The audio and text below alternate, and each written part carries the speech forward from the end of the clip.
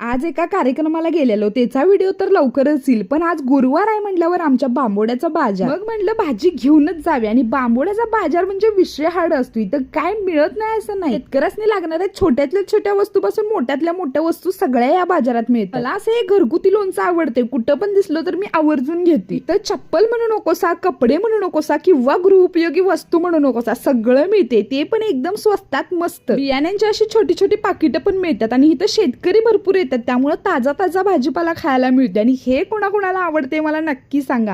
बांगड्याचे stall तर एवढा असतात, आणि हे काय आहे मला समजलेलंच नाही. तुम्हाला माहित असलं तर मला कमेंट करून सांगा. मी आज खरं तर लईच दिवसानं बाजारला आलेलो, आणि हे बाजारातलं वातावरण 10 रुपये 10 रुपये 5 रुपये 5 रुपये म्हणतात ना, ते एवढं भारी वाटते ऐकायला. आणि हे असं स्वतःच्या हाताने भाजीपाला निवडून घेणं, ते पण त्या आजींशी बोलत बोलत, ह्याची मज्जा वेगळीच असते. आणि हे काय आहे ते पण मला कळलेलं नाही. तिथे विचारायला पण कोण नव्हतं, नुसतंच हे ठेवलेलं होतं.